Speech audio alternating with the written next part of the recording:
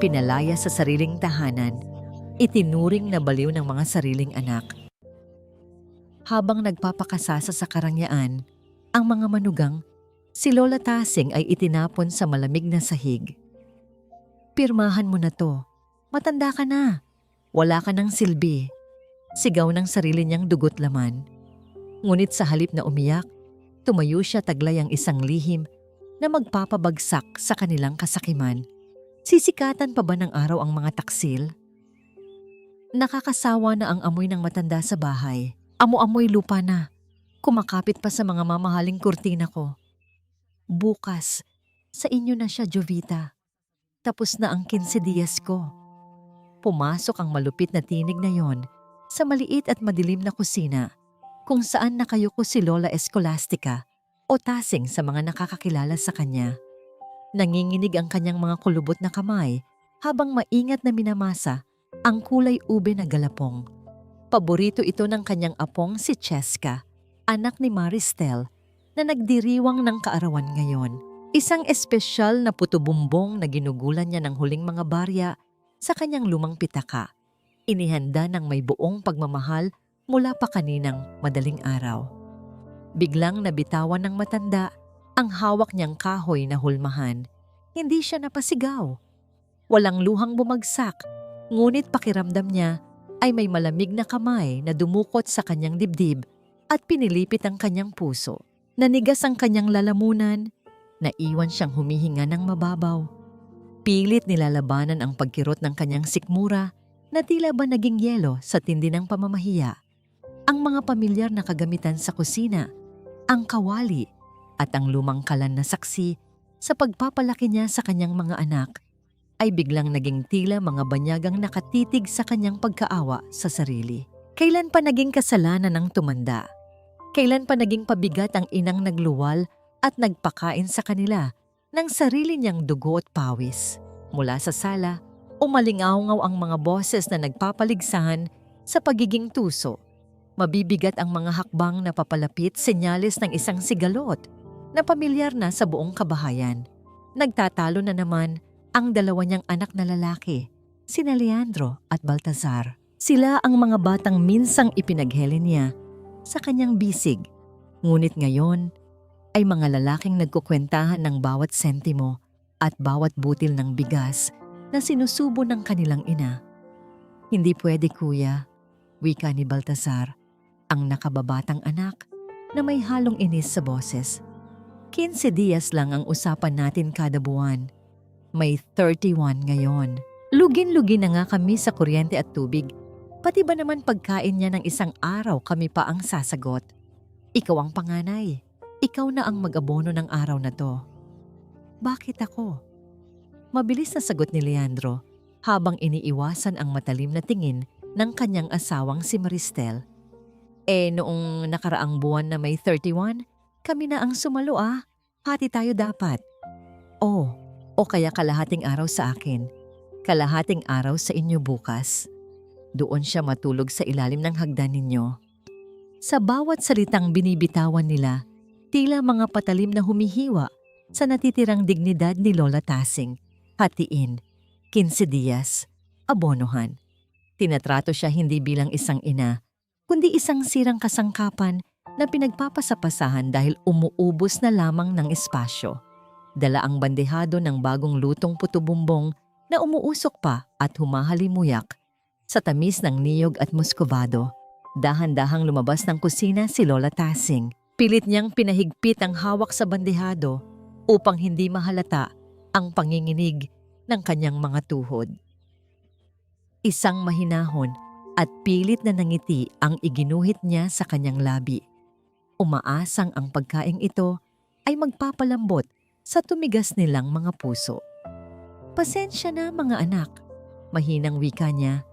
Ang boses ay paos at puno ng pagsusumamo. "Huwag na kayong mag-away. Ginawa ko lang itong munting salo-salo para kay Cheska. Paborito niya ito nung bata pa siya." Tiningnan lamang ni Maristel ang inihandang pagkain mula ulo hanggang paa. Ang mukha ay nakangiwi na tila nakakita ng nakakadiring bagay. Umiling ito at naghalukip-kip. Diyos ko naman, ma. Anong ipapakain niyo sa anak ko? Puro asukal at ube na galing sa maruming palengke. May in-order kaming imported na cake. Nakakahiya sa mga bisita kung makikita nilang may ganyang murang pagkain sa lamesa. Baka isipin nila, pinapatay namin kayo sa gutom at nagtitiyaga kayo sa kakanin. Bago pa man makasagot si Lola Tasing, mabilis na lumapit si Jovita, ang asawa ni Baltazar. Walang sabi-sabi nitong hinablot ang bandehado mula sa mahihinang kamay ng matanda. Umalingaw-ngaw ang kalampag ng lata nang walang pakundangang ibuhos ni Jovita ang buong bandehado sa malaking basurahan sa sulok ng kusina. Ang mainit na puto bumbong ay humalo sa mga tirang buto ng manok at maduduming balat ng prutas. Tinutulungan lang kita, ma. Bawal na sa inyo ang matamis. Gusto nyo bang tumaas na naman ang asukal nyo at kami na naman ang magbayad ng ospital? Sabi ni Jovita na may peking ng may ngiti bago tinalikuran ng matanda upang bumalik sa sala at ipagpatuloy ang pag-aayos para sa party. Naiwan si Lola Tasing na nakatayo, nakatitig sa basurahan. Tila huminto ang pag-ikot ng mundo. Ang pagmamahal niyang iniluto ng maingat ay naging basura sa isang iglap. Wala siyang kakayahang lumaban. Wala siyang boses sa sarili niyang pamamahay. Sa gitna ng katahimikan, naramdaman niya ang dalawang maliliit na braso na pumulupot sa kanyang baywang. Si Amihan, ang 14 anyos na anak ni Leandro, ay tahimik na lumapit at ibinaon ang mukha sa likod ng kanyang lola. Mainit ang mga luhang bumabasa sa lumang duster ni Lola Tasing.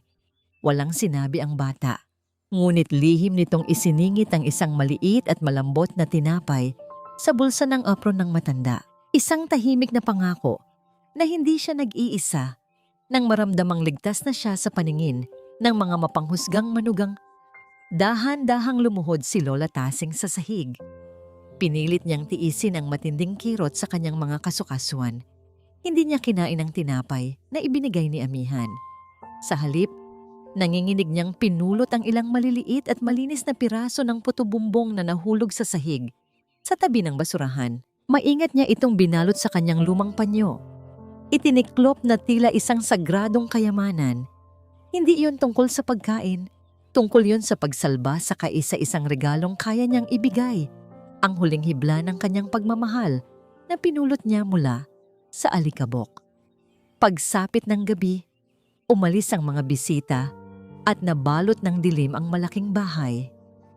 Hindi makatulog si Lola Tasing. Ginalugad ng kanyang alaala ang lumang makinang panahi na itinapon ni Maristel sa likod bahay kahapon, ang makinang nagpaaral kina Leandro at Baltazar. Dahan-dahan siyang lumabas patungo sa likod bahay upang silipin kung naroon pa ito. Habang nagkukubli sa likod ng malaking puno ng mangga, natigilan siya. Mula sa madilim na beranda, nakita niya ang mga anino ni Leandro at Baltazar na nag-uusap habang humihit-hit ng sigarilyo. Ang mapupulang baga ng sigarilyo ay tila mga matang nagbabadyang Manila sa gitna ng dilim. May kausap sa telepono si Leandro at bakas ang kaba at pagmamadali sa boses nito. Oo, Doc Carlos, sigurado na kami. Bukas ng gabi ang punta mo rito. Oo, inihanda na namin ang pera mo. Binaba ni Leandro ang telepono at lumingon sa kapatid. Sigurado ka ba rito, kuya? Tanong ni Baltazar, pabulong ngunit umaabot sa pandinig ng kanilang ina. Paano kung may makahalata? Tumawa ng mapakla si Leandro, isang tawang nagpatayo sa balahibo ni Lola Tasing. Wala nang ibang paraan. Lubog na tayo sa utang. Kailangan nating gawin to bukas. Sisiguraduhin nating ideklara ni Doc Carlos na may malalang demensya si Mama. Kapag napatunayan nating sira na ang ulo niya at hindi na nakakapag-isip ng matino, automatikong mapapasatin ang power of attorney. Humitit ng malalim si Baltazar bago sumagot. At kapag nakuha na natin ang kapangyarihan sa mga papeles, maibebenta na natin ang bahay na to nang hindi kailangan ang pirma niya. Mariing sagot ni Leandro. Ipapasok natin siya sa pinakamurang pasilidad sa Bacolod at iiwan doon Wala na siyang magagawa. Sino ba ang maniniwala sa isang baliw? Napasandal si Lola Tasing sa magaspang na katawan ng puno.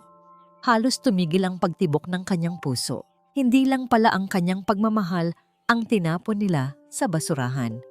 Plano rin nilang tapusin ang kanyang karapatang mabuhay bilang isang tao. Gusto nilang burahin ang kanyang katinuan, nakawin ang kanyang tahanan, at itapon siya sa lugar kung saan siya ay mabubulok at mamamatay ng mag-isa.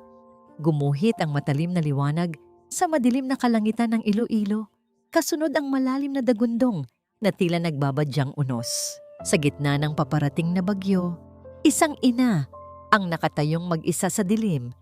Pinapanood ang sarili niyang mga anak na hinuhukay ang kanyang buhay na pwesto sa sementeryo. Nanatiling nakakapit si Lola Tasing sa magaspang na balat ng puno ng mangga.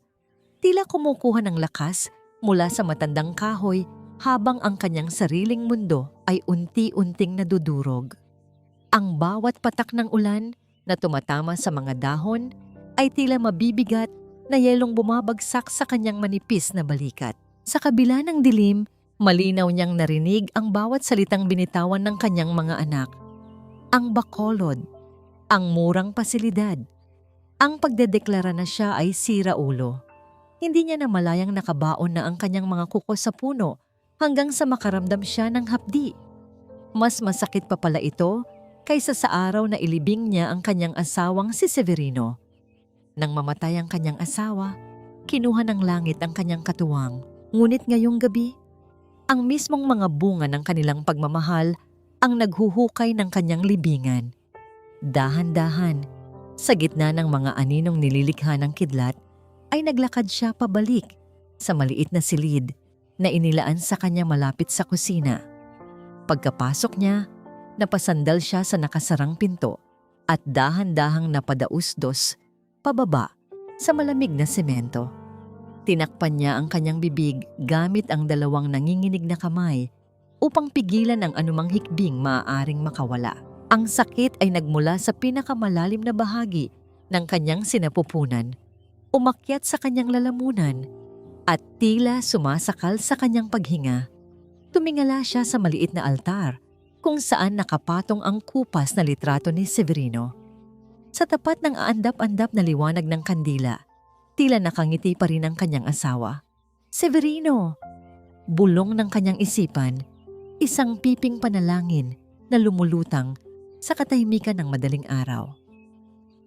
Ang mga anak natin, ang mga batang ipinagpalit ko sa sarili kong mga pangarap, ang mga bibig na sinubuan ko kahit kumakalam ang sarili kong sikmura, sila rin pala ang magtatapon sa akin sa impyerno. Kinabukasan, sumikat ang araw na tila walang nagbago. Ang amoy ng piniritong bawang at itlog ay kumalat sa buong bahay, ngunit alam ni Lola Tasing na ang almusal na yon ay hindi para sa kanya. Naupo siya sa dulo ng mahabang hapagkainan, tahimik na binubuksan ng maliit na lata kung saan niya itinatago ang kanyang mga gamot para sa diabetes. Ngunit nang kapain niya ang loob, napakunot ang kanyang noo. Wala ang mga maliliit na bote, wala ang kanyang mga tableta. Nilingon niya ang paligid. Naroon si Maristel, nagtitimpla ng kape habang may pasimpleng ngiti sa mga labi. Lumapit ito kay Lola Tasing. Hawak ang mismong bote ng gamot na hinahanap ng matanda. Ma, hinahanap niyo na naman ba yung gamot niyo? Malakas na tanong ni Maristel. Sinasadyang iparinig sa mga kasambahay at kay Leandro na nagbabasa ng dyaryo sa sala. Naku po, nakita ko to sa ibabaw ng refrigerator. Sabi ko sa inyo, malala na talaga ang pagulyanin niyo eh. Napatayo si Lola Tasing. Hindi totoo yan, Maristel. Sigurado akong inilagay ko yan sa loob ng lata kagabi bago ako matulog. Hindi ko inilalabas iyan. Mahuwag na kayong magkaila. Putol ni Jovita, nakararating lang galing sa itaas. Ang boses ay puno ng pilit na pag-aalala na nakakapanindig balahibo sa pagiging peke. Tanggapin niyo na lang po na tumatanda na kayo at nakakalimot. Nakakatakot kaya yung ganyan. Paano kung imbes na gamot sa asukal, lason ang mainom nyo? O kaya, makaiwan kayo ng nakasinding kalan? Baka masunog pa ninyo ang bahay namin. Tumingin si Lola Tasing kay Leandro. Umaasang ipagtatanggol siya ng sarili niyang anak. Ngunit nag-iwas lamang ito ng tingin at inilipat ang pahina ng kanyang dyaryo. Nagbibingi-bingihan sa pang-aabuso ng kanyang asawa sa kanyang ina. Sa sandaling iyon, parang may malamig na tubig na ibinuhos sa buong pagkatao ni Lola Tasing. Nakita niya ang patibong. Ito na ang simula ng plano ni Leandro. Unti-unti na siyang ginagawang baliw sa paningin ng lahat. Pinalalabas nilang wala na siyang kakayahang mag-isip ng matino. Alam niyang kapag nagalit siya, kapag sumigaw siya, at iginiit na malinaw pa ang kanyang isipan, gagamitin nila itong patunay na siya ay nagwawala at may diferensya sa pag-iisip. Lumapit si Maristel at marahang tinapik ang balikat ni Lola Tasing. Isang nakakasukang ngiti ang iginuhit ng manugang sa kanyang muka habang tinititigan ng matanda. Hayaan niyo ma, nandito naman kami para alagaan kayo. Tutulungan namin kayong makahanap ng lugar kung saan mas matututukan ang sakit nyo sa pag-iisip. Kinagat ni Lola Tasing ang loob ng kanyang pisngi. Nadiin ang kanyang mga ngipin hanggang sa malalasahan niya ang kalawang na lasa ng kanyang sariling dugo. Kailangan niyang tiisin ito. Kailangan niyang maging mahina sa kanilang paningin upang hindi nila mahalata na alam niya ang buong katotohanan. Dahan-dahan, ibinaba ng matanda ang kanyang paningin. Nanginginig ang kanyang mga balikat, hindi dahil sa takot, kundi sa pilit na pagpigil ng kanyang umaapaw na galit. Akala ko nilagay ko rito. Nanginginig niyang sinabi. Pilit pinapaos ang boses. Pasensya na mga anak. Siguro nga. Nakalimutan ko. Nagkatinginan sina Maristel at Jovita, mga matang nagkikislapan sa tagumpay. Iniwan nila ang matanda sa mesa at nagpatuloy sa kanilang mga ginagawa. Inosenteng nagdiriwang sa kanilang unang hakbang patungo sa pagkamkam ng yaman. Nang makalayo ang dalawang babae, naramdaman ni Lola Tasing ang marahang paghila sa laylayan ng kanyang palda. Si Amihan. Ang mga mata ng bata ay malalaki at puno ng pangamba. Hinila ni Amihan ang kanyang lola patungo sa madilim na pasilyo malapit sa bodega. Lola, nanginginig na bulong ng 14 anyos na dalagita. Pasikretong luminga sa paligid. Nakita ko si Papa kanina. Pumasok siya sa lumang opisina ni Lolo Severino. Binuksan niya yung mga aparador. Narinig kong kausap niya si Tito Baltazar. Hinahanap daw nila ang titulo ng lupa at ang papeles ng bahay para maibigay kay Doc Carlos mamayang gabi. Lalong bumilis ang pintig ng puso ni Lola Tasing. Mamayang gabi. Wala na siyang sapat na oras. Kung mahanap nila ang titulo at mayakap ng huwad na doktor ang kasulatan na siya ay baliw, mawawala ang lahat, pati ang kanyang kalayaan. Ngunit may isang bagay na hindi alam ng kanyang mga anak, isang lihim na ibinaon ng kanyang asawa bago ito binawian ng buhay. Ang kahon. Usal ni Lola Tasing. Ang mga mata ay tila nakatingin sa isang malayong alaala. Ang kahon sa ilalim ng sahig bago nila mahanap. Hinawakan ng mahigpit ni Lola Tasing ang maliliit at maiinit na kamay ng kanyang apo. Ang mga mata ng matanda na kanina ay nagkukunwaring malabo at natatakot, ngayon ay nag-aapoy sa matinding determinasyon. May kinuha siyang isang lumang itim na tali mula sa loob ng kanyang duster. Nakasabit doon ang isang kalawanging susi na matagal na niyang itinatago sa mismong dibdib niya. Amihan, apo, mahinang utos niya. Ang tinig ay puno ng bigat ng isang misyon na hindi pwedeng mabigo. Kailangan mong lumabas. Magpaalam ka sa mama mo na bibili ka ng sabon sa tindahan. Pero huwag kang dadaan sa harap. Sa likod ka dumaan. Kailangan natin itong madala kay Sister Celestina sa parokya. Ipinatong ni Lola Tasing ang kalawanging susi sa palad ng bata at itiniklop ang mga daliri nito. Ito ang susi ng kanilang kaligtasan. Ito ang susing magbubukas sa katotohanang yayanig sa kayabangan ng mga buwitreng nag-aabang sa kanyang kamatayan. Tumango si Amihan. Ang batang puso ay nauunawaan ang bigat ng laban ng kanyang lola. Tumalikod ang dalagita at nagmamadaling lumabas patungo sa likod bahay. Naiwan si Lola Tasing na nakatitig sa kawalan. Rinig niya ang mabilis na mga yabag sa ilalim ng umaambong kalangitan. Ang malamig na hangin ng hapon ay nagdadala ng amoy ng kandila at sampagwita nang makarating si Lola Tasing sa lumang parokya ng Jaro. Ginamit niya ang dahilan na magdarasal siya ng rosaryo upang payagan siyang makalabas ng bahay ni Maristel, na natuwa pa yata dahil mababawasan ang presensya ng matanda sa kanyang paningin. Sa loob ng maliit at tahimik na opisina ng kumbento, naghihintay na si Sister Celestina kasama ang nanginginig na si Amihan. Sa gitna ng mahabang mesang kahoy ay nakapatong ang isang inaanay na kahon, ang huling habilin na ipinagkatiwala ng yumaong si Severino sa simbahan. 10 taon na ang nakararaan. Nanginginig ang mga daliri ni Lola Tasing habang ipinapasok ang kalawanging susi na dinala ni Amihan sa butas ng kandado. Isang pamilyar na tunog ng pag-ikot ng lumang bakal ang bumasag sa katahimikan, kasunod ang marahang pagbukas ng takip na naglabas ng amoy ng mga lumang papel at nakaraan. Tumambad sa kanyang mga paningin ang isang makapal na brown envelope at isang nakatupad na liham na may bakas ng pamilyar na sulat kamay. Ang sulat kamay ng nag-iisang lalaking tunay na nagmahal sa kanya. Kinuha niya ang liham na waring isang marupok na dahon. Nang buksan niya ito, tila narinig niya ang malumanay na boses ng kanyang asawa. Para sa aking Tasing, simula ng liham, at doon pa lamang ay gumuho na ang pader ng emosyon na maghapong pinigilan ng matanda. Ipinagpatuloy niya ang pagbabasa sa isip. Bawat salita ay tumatagos sa kanyang kaluluwa. Nakasulat doon ang pangamba ni Severino. Kilala ng lalaki ang kahinaan ng kanilang mga anak. Alam nitong mabubulag sila sa pera at asawa, kaya't inihanda niya ang pinakamalaking kalasag para sa kanyang reyna. Isang mainit na luha ang nakawala sa mga mata ni Lola Tasing. Dahan-dahang bumagsak at tumama sa ibabang bahagi ng papel kung saan nakasulat ang mga salitang mahal ko. Pinunasan niya ito ng kanyang hinlalaki. Maingat na hinaplos ang kumalat na tinta na parang hinahaplos niya ang mukha ng kanyang asawa. Sa pagkakataong yun, naramdaman niyang hindi siya nag-iisa.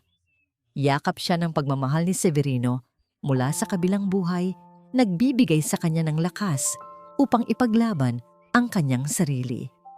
Binuksan ni Sister Celestina ang brown envelope at inilabas ang mga legal na dokumento. Nilinaw ng madre na ang bahay at lupa ay nakapangalan sa isang deed of trust na ginawa ng dating estudyante ni Severino, si Attorney Isandro Vergel. Walang karapatan sina Leandro at Baltasar na ibenta o angkinin ang ari-arian maliban kung patunayan nilang inaalagaan nila ng buong husay at may buong paggalang ang kanilang ina.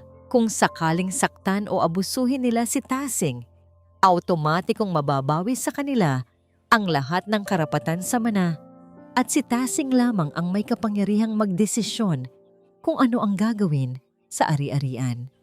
Upang masiguro ang mga susunod na hakbang, tinulungan ng madre si Lola Tasing na matawagan si Attorney Vergel sa telepono. Puno ng paggalang ang boses ng abogado nang marinig ang matanda. Ngunit may dalang seryosong babala ang kanyang mga salita. Lola Tasing, handa po ang batas na protektahan kayo. Wika ni Attorney Vergel mula sa kabilang linya. Ngunit ang kalaban natin dito ay sarili ninyong pamilya. Para masigurado nating hindi nila mababaliktad ang sitwasyon sa korte at hindi nila kayo maipapasok sa pasilidad gamit ang pekeng doktor, kailangan natin ng solidong ebidensya ng kanilang masamang motibo. Kailangan nating mahuli sila sa sarili nilang bibig. Hindi sapat ang kutob. Kailangan natin ng patunay na plinano nila ito. Ang mga salitang yon ng abogado ay nag-iwan ng isang mabigat na katanungan sa isip ni Lola Tasing. Paano niya mapapaamin ang mga anak na sanay magtago sa likod ng mabubulaklak na salita? Paano niya makukuha ang ebidensyang yon bago mahuli ang lahat? Nagpasalamat siya sa abogado at kay Sister Celestina. Ibinalik ang mga dokumento sa kahon upang itago muli sa simbahan at naglakad pabalik sa kanyang bahay na may baong bagong tapang at isang mapanganib na plano. Pagsapit ng dilim, bumigat ang hangin sa loob ng malaking mansyon. Nang humakbang si Lola Tasing papasok sa sala, napansin niya ang kakaibang katahimikan. Walang nagtatalo, walang tunog ng telebisyon. Pag-angat niya ng paningin, natigilan siya. Nakaupo sa mamahaling sofa ang kanyang mga anak na sina Leandro at Baltazar, kasama ang kanilang mga asawa. Lahat sila ay nakatingin sa kanya nang may mga ngiting nakakakilabot, tila mga buwitreng naghihintay sa kanilang hapunan. Sa gitna nila ay isang estranghero, isang lalaking nakasuot ng malinis na puting uniforme ng doktor.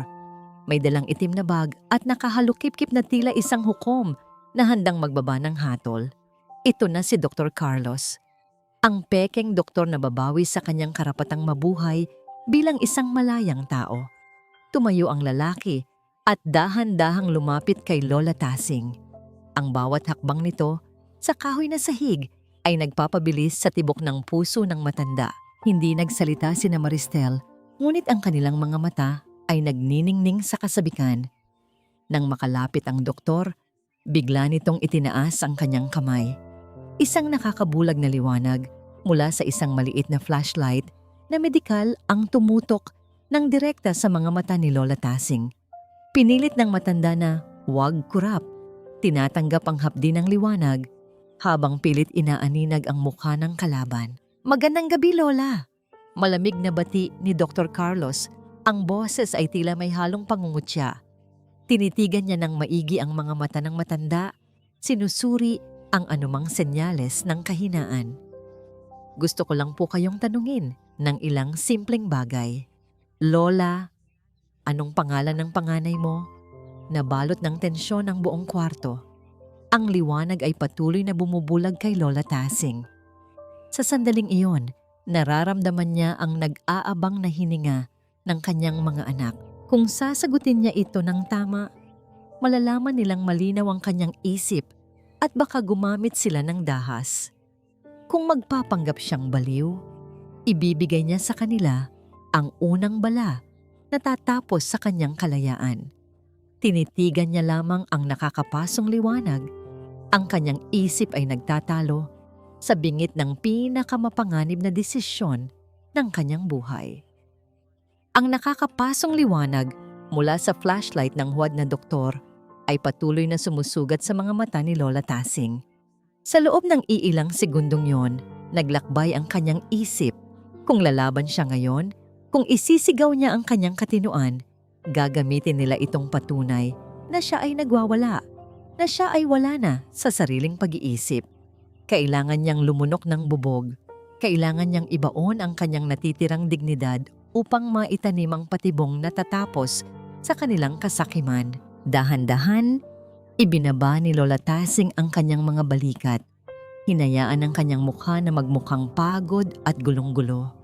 Kumurap-kurap siya na tila isang batang nagigising mula sa isang malalim at nakakalitong panaginip. Itinuro niya ang nanginginig na daliri patungo kay Leandro na nakatayo malapit sa pinto. "Severino?" Nanginginig at basag ang boses na lumabas sa kanyang mga labi. "Ikaw ba yan, asawa ko? Bakit ngayon ka lang umuwi? Malamig na ang hapunan natin." Isang mabigat na buntong hininga ang pinakawalan ni Leandro, sabay irap sa kalawakan. Nagkatinginan sina Maristel at Jovita, pilit na itinatago ang mga ngiting tagumpay sa likod ng kanilang mga pekeng reaksyon ng pag-aalala. Upang tuluyang isara ang patibong, pasuray-suray na humakbang si Lola Tasing patungo sa maliit na mesa kung saan nakapatong ang pitsel at mga baso. Pilit niyang inabot ang isang baso ng tubig.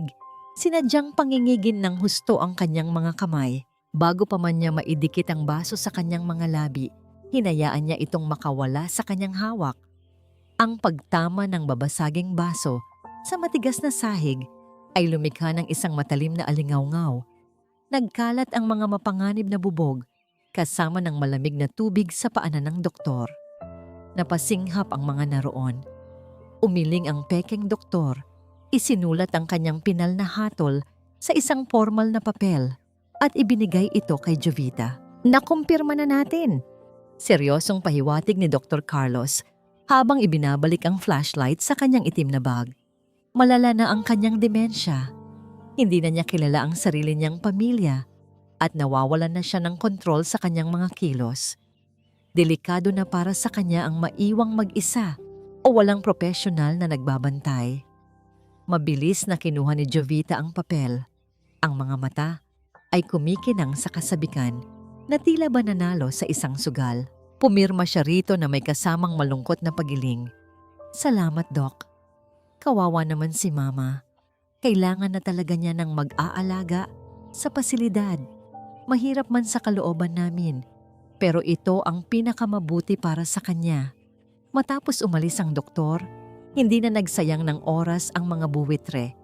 Ginamit nila ang pekeng diagnosis bilang sandata upang tuluyang alisan ng karapatan si Lola Tasing. Ipinag-utos ni Maristel na ilipat ang mga gamit ng matanda mula sa maaliwalas na kwarto nito, malapit sa kusina, patungo sa isang maliit at madilim na bodega sa ilalim ng hagdan. Mas mabuti na rito si Mama, paliwanag ni Maristel habang sa pilitang inihahagis ang mga lumang unan ng matanda sa maalikabok na higaan. Walang mga bintanang babasagin, walang matataas na lugar. Mahirap na kapag nag-umpisa na naman siyang magwala. Baka makapanakit pa siya ng mga bata. Ang amoy ng amag, lumang dyaryo at basang kahoy ay sumalubong sa ilong ni Lola Tasing nang itulak siya papasok sa kanyang bagong piitan. Ang kwartong iyon ay tila isang kabaong para sa mga buhay, ngunit hindi siya umimik. Tahimik siyang naupo sa gilid ng manipis na papag, niyakap ang kanyang sarili sa gitna ng dilim. Mula sa siwang ng pinto, nakita niya si Amihan. Namumula ang buong mukha ng 14 anyos na dalagita. Ang mga kamao ay nakakuyom ng mahigpit at ang mga luha ng matinding galit ay walang patid na umaagos sa kanyang mga pisngi. Hindi na kinaya ng bata ang kalupitang nasasaksihan. Handa na itong sumigaw. Handa na itong sumugod at isumbat sa sarili nitong mga magulang ang kawalang hiyaan nila. Ngunit bago pa man makalikha ng gulo si Amihan, dahan-dahang binuksan ni Lola Tasing ang pinto at hinila ang bata papasok sa dilim. Sinalubong ng matanda ang apo ng isang mahigpit na yakap. Nang subukan ni Amihan na magsalita upang magreklamo, mabilis na tinakpan ni Lola Tasing ang bibig ng bata. Sa gitna ng kadiliman, umiba ang kilos ng matanda. Wala na ang nanginginig na boses. Wala na ang malabong paningin. Hinawakan ni Lola Tasing ang kamay ni Amihan nang may higpit at awtoridad na hindi pag-aari ng isang taong sira ang ulo. Umiling ang matanda, isang tahimik na utos na magtiis at maghintay. Nang maramdaman ni Lola Tasing na kumalma ang paghikbi ng kanyang apo, marahan niyang hinaplos ang mahaba at itim na buhok nito. Sa kabila ng malamig at masikip na bodega, nag-umpisang umugong ang isang malambing na himig mula sa mga labi ng matanda. Isang lumang oyayi ng mga Ilonggo, ang ili-ili tulog anay. Ang bawat nota ng kanta ay tila isang mainit na kumot na bumalot sa nanginginig na katawan ni Amihan. Isang paalala na ang pagmamahal ng kanyang lola ay hindi kailanman masisira ng kahit anong kasamaan. May kailangan kang gawin para sa akin, apo. Pabulong na wika ni Lola Tasing matapos ang oyayi, sinisiguro na tanging niyang bata lamang ang makakarinig. Narinig ko ang Tito Baltazar mo kanina. Ipinagmamayabang niya ang isang mayamang bibili ng bahay natin. Hindi ko lang malaman kung sino. Magkakaroon sila ng malaking salo-salo upang ipagdiwang ang pagdating ng mamimili. Doon nila ako pipiliting pumirma bago nila ako itapon sa pasilidad. Nanlaki ang mga mata ni Amihan sa takot, ngunit tumango siya, nakikinig sa bawat salita. Kailangan mong itago ang iyong telepono sa ilalim ng hapagkainan bago mag-umpisa ang salyu-salo.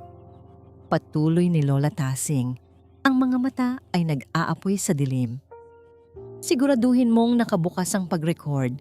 Kailangan nating makuha ang mismong mga boses nila, ang mga plano nila, at ang pag-amin nila sa kanilang mga kasalanan. Isang mapanganib na misyon, ngunit walang pag-aalinlangan sa mga mata ni Amihan nang ipangako niya ang kanyang tulong. Paglabas ng bata, naiwan si Lola Tasing sa madilim na silid, nag-aabang sa tamang panahon. Pagsapit ng hating gabi, nang ang buong kabahayan ay natutulog na sa kani-kanilang mga mararangyang silid, nakarinig si Lola Tasing ng mahihinang yabag na papalapit sa kanyang bodega. Bumukas ang pinto, nagpapasok ng isang manipis na liwanag mula sa pasilyo. Pumasok si Maristel. Ang kanyang anino ay tila isang halimaw na bumabalot sa maliit na kwarto. Sa isang kamay ng manugang ay isang makapal na dokumento, ang Special Power of Attorney, at sa kabila naman ay isang maliit na lalagyan ng tinta na ginagamit para sa pagkuha ng marka ng hinlalaki. Lumapit si Maristel sa higaan ng matanda. Ang ngiti ay malamig at walang kaluluwa. "Ma, gising ka pa ba?" Matalim na tanong nito. Ang boses ay sadyang pinahina upang hindi makagising ng iba, ngunit sapat upang magdulot ng kilabot. Inilapag niya ang papel sa paanan ni Lola Tasing at binuksan ang lalagyan ng tinta. "Pumirma ka na rito habang gising ka pa. Madali lang naman ito. Ipapahid ko lang ang daliri mo rito, tapos ididikit natin sa papel. Kapag ginawa mo ito ng maayos, baka dalhan pa kita ng paborito mong kakanin bukas." Tinitigan ni Lola Tasing ang nakabukas na lalagyan ng tinta. Ang kulay nito ay isang matingkad na pula. Tila ba nag-aabang na sipsipin ang huling patak ng dugo at buhay mula sa kanyang mga ugat upang paboran ang mga naghihintay na halimaw. Tinitigan ni Lola Tasing ang lalagyan ng pulang tinta na hawak ni Maristel. Sa isip ng matanda, ang kulay na yon ay hindi lamang tinta, kundi ang mismong dugong pinuhunan niya upang palakihin ang mga anak na ngayon ay nagbebenta sa kanya. Ngunit alam ni Lola Tasing na hindi pa ito ang tamang oras upang bumangon. Kailangan niyang maging isang patay na isda na nagpapatianod sa agos ng kanilang kasamaan. Dahan-dahan niyang ipinikit ang kanyang mga mata, hinayaan ang kanyang paghinga na maging mabigat at malalim. Ibinuka niya ng bahagya ang kanyang bibig, hinayaang tumulo ang kaunting laway sa gilid ng kanyang labi upang magmukhang tulog na tulog at walang anumang kamalayan sa mundo. Nainis si Maristel. Pilit nitong hinawakan ang kamay ng matanda upang idiin sa tinta, ngunit nagpabigat ng katawan si Lola Tasing at pumihit patalikod. Ibinaon ang mukha sa pader. Isang malakas na pagbuntong hininga ng inis ang pinakawalan ng manugang. Padabog nitong isinara ang lalagyan ng tinta at iniligpit ang mga papeles. Inayos nito ang kanyang sutla na pantulog bago lumabas ng madilim na bodega. Rinig na rinig ni Lola Tasing ang mahinang pagbabanta nito bago sumara ang pinto, nagsasabing kinabukasan ay wala na siyang kawala sa harap ng abogado at ng mismong bibili ng bahay. Nang tuluyang mabalot ng dilimang silid, iminulat ng matanda ang kanyang mga mata. Malamig at matalim sa gitna ng gabi. Pagsikat ng araw, ang buong mansyon ay nagising sa isang abalang paghahanda. Ang halimuyak ng mamahaling litson, biniyak na alimango, at mga nilutong karne ay mabilis na nagburado sa pamilyar na amoy ng lumang bahay. Nakasuot ng mga bagong damit at nagniningning na alahas sina Maristel at Jovita. Tila sila mga reynang naghahanda para sa isang malaking pista, habang ang tunay na may-ari ng tahanan ay tinatrato bilang isang nakakahiyang dumi na kailangang itago sa paningin ng mga bisita. Walang pakundangang pumasok si Jovita. Sa bodega bitbit ang isang lumang duster na matagal nang basahan. Kupas na ang kulay nito at may malaking punit sa laylayan. "Isuot mo yan, ma," utos ni Jovita habang inihahagis ang damit sa mukha ng matanda. Huwag na kayong magsuklay. Mas maganda nang makita ng bibili na talagang wala na kayo sa sarili at hindi na kayang alagaan ang inyong hitsura para hindi na siya magduda kung bakit namin kayo ipapasok sa bahay ampunan ng mga baliw. Walang imik na sinunod ni Lola Tasing ang utos ng manugang. Isinuot niya ang basahan.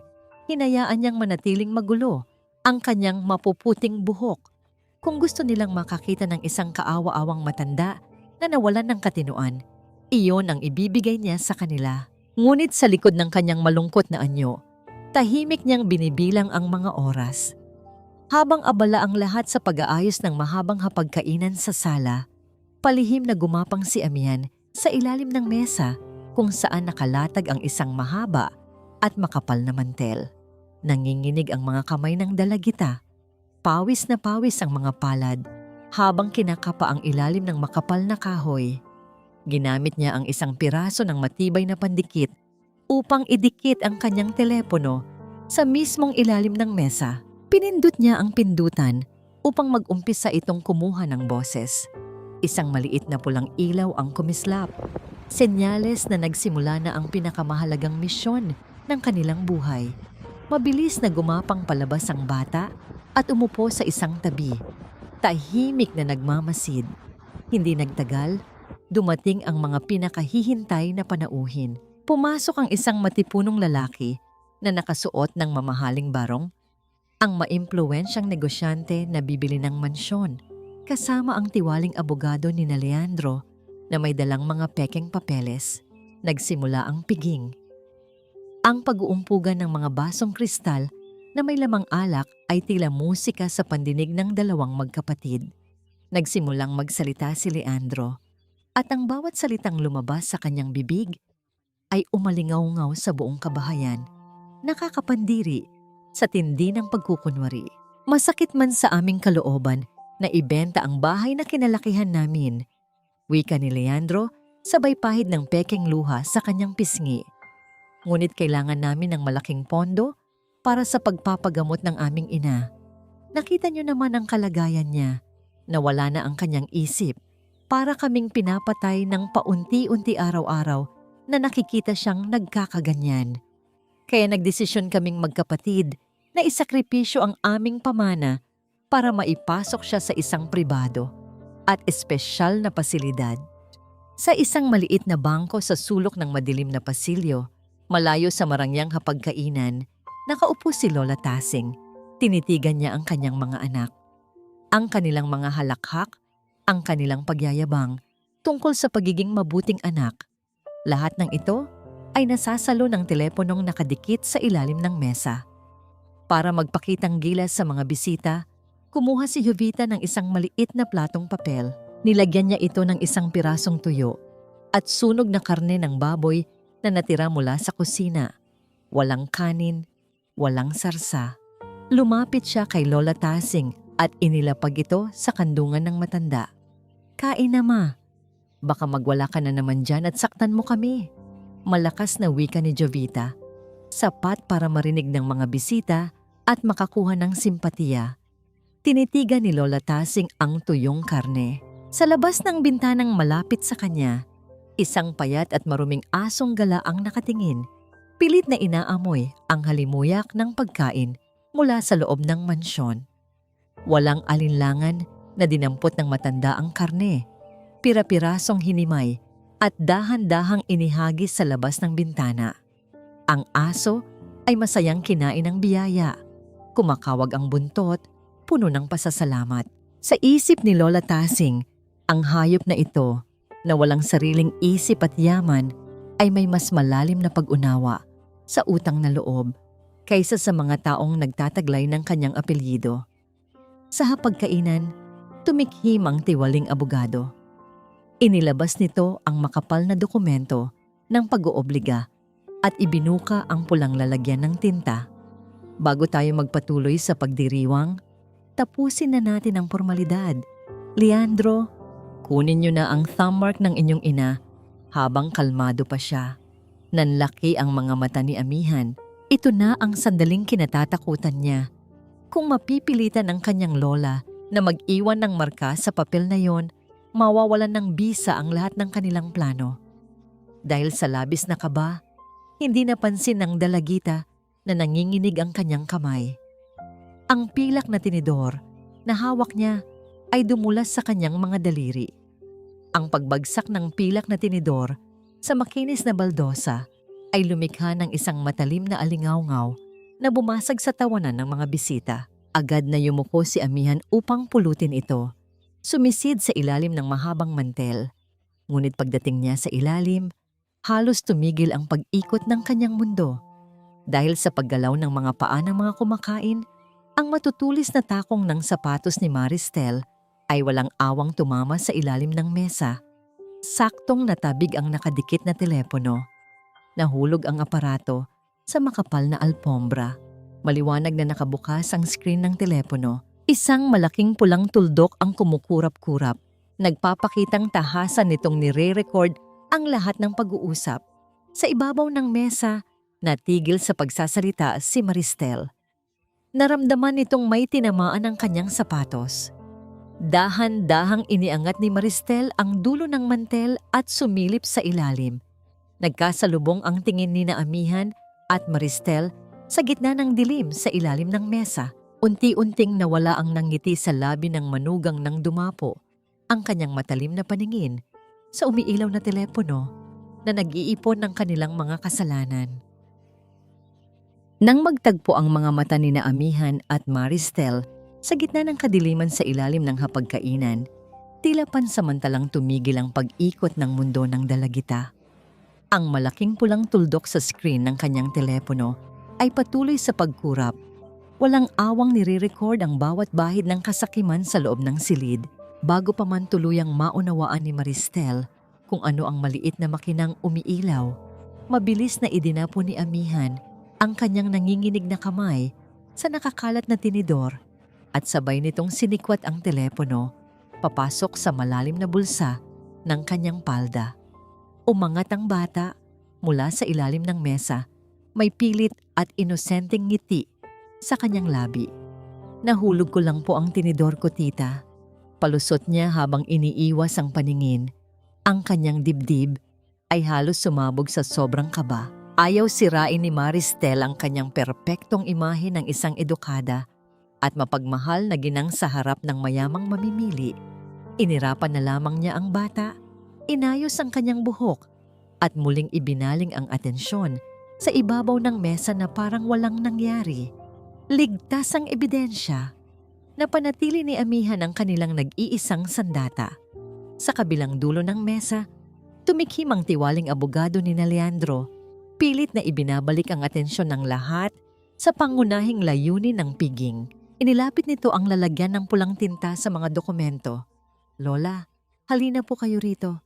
Ipapahid lang natin ang inyong daliri sa tinta para matapos na natin ang transaksyon at makapagpahinga na kayo. Dahan-dahang tumayo si Lola Tasing mula sa kanyang madilim na sulok sa pasilyo.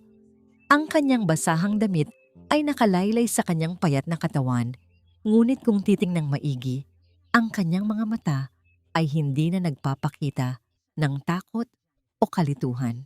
Sa halip na lumapit sa mesa upang maging isang masunuring biktima, nanatili siyang nakatayo. Mga anak, ang kanyang boses ay hindi na nanginginig. Bagkus ay may kakaibang lambing na waring nagtatago ng isang matalim na patalim. Nakakahiya naman sa ating mga mararangyang panauhin kung lalapit ako ng ganito ang ayos. Hayaan niyo muna akong bumalik sa aking silid at magpalit ng damit kahit sandali lang. Ayaw ko namang isipin nilang pinababayaan ninyo ako, lalo na't ipinagmamalaki ninyo ang inyong pag-aalaga sa akin. Nagkatinginan sina Leandro at Baltasar. Isang mapagmataas ng ngiti ang sumilay sa labi ni Jovita. Sige na nga ma, bilisan nyo lang. Ayaw nating paghintayin ang ating bisita. Utos ng manugang. Labis na natutuwa sa pag-aakalang ang matanda ay sadyang uhaw lamang sa atensyon dahil sa malalang sakit nito sa isip. Lumipas ang 15 minuto. Nagsisimula ng mainip ang tiwaling abogado at panay ang pag-ikot nito ng bolpen sa kanyang mga daliri.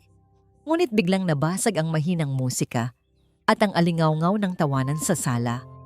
Narinig ng lahat ang isang pamilyar at maayos na ritmo mula sa itaas ng malapad na hagdanan.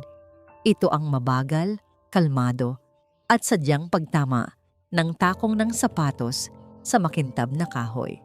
Bawat hakbang ay tila pagtibok ng isang pusong nagbabalik mula sa hukay upang maningil ng utang. Napalingon ang lahat sa itaas ng hagdan. Nawala ang basahan, nawala ang magulong buhok.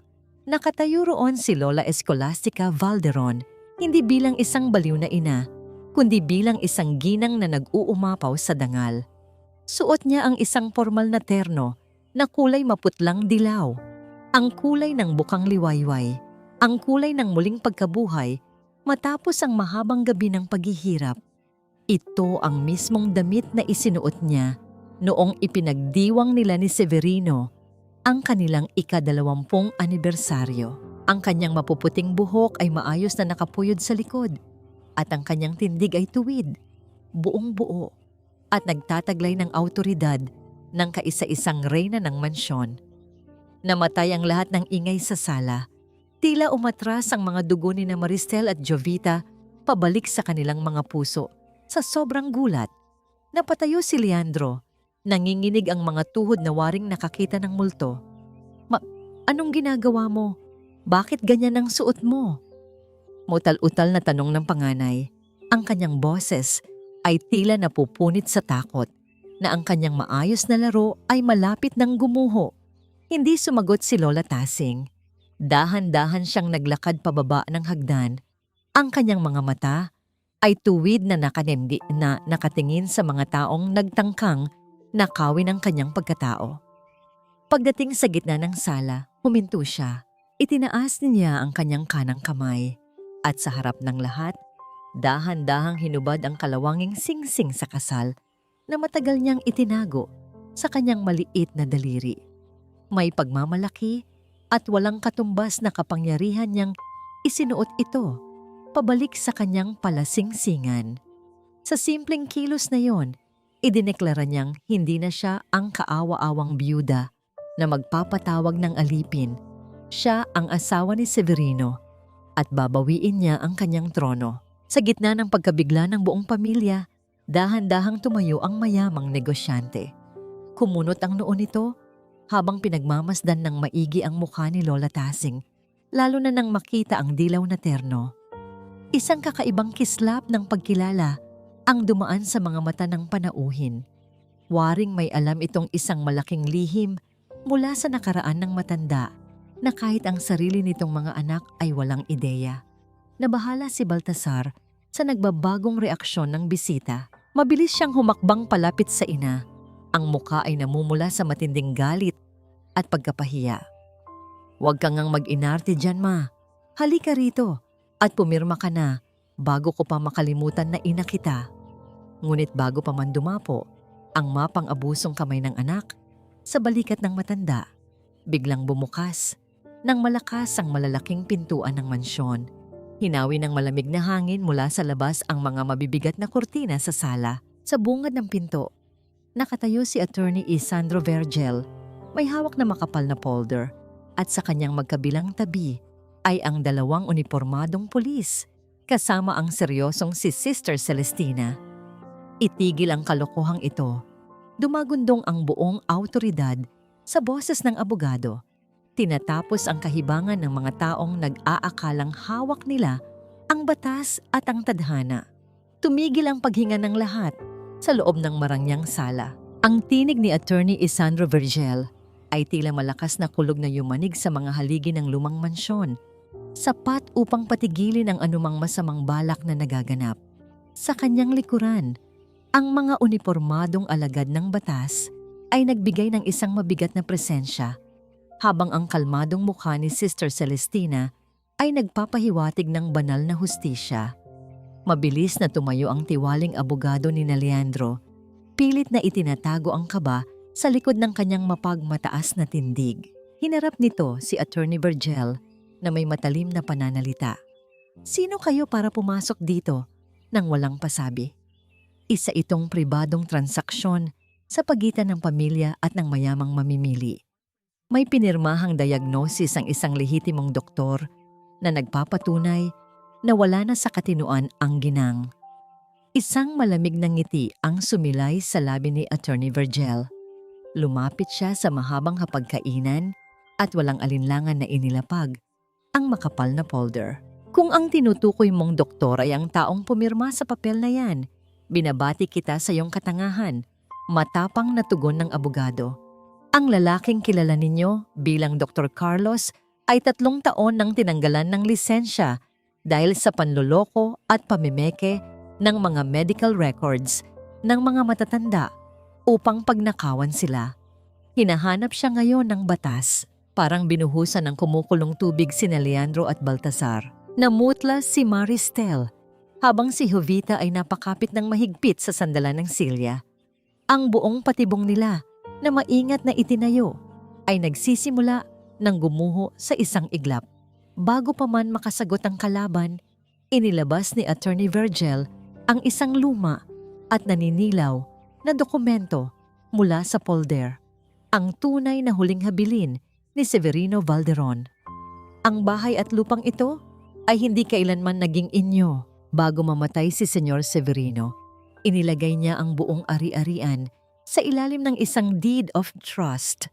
Ang kaisa-isang may hawak ng kapangyarihan at pagmamay-ari nito habang siya ay nabubuhay ay walang iba, kundi ang kanyang asawang si Escolastica.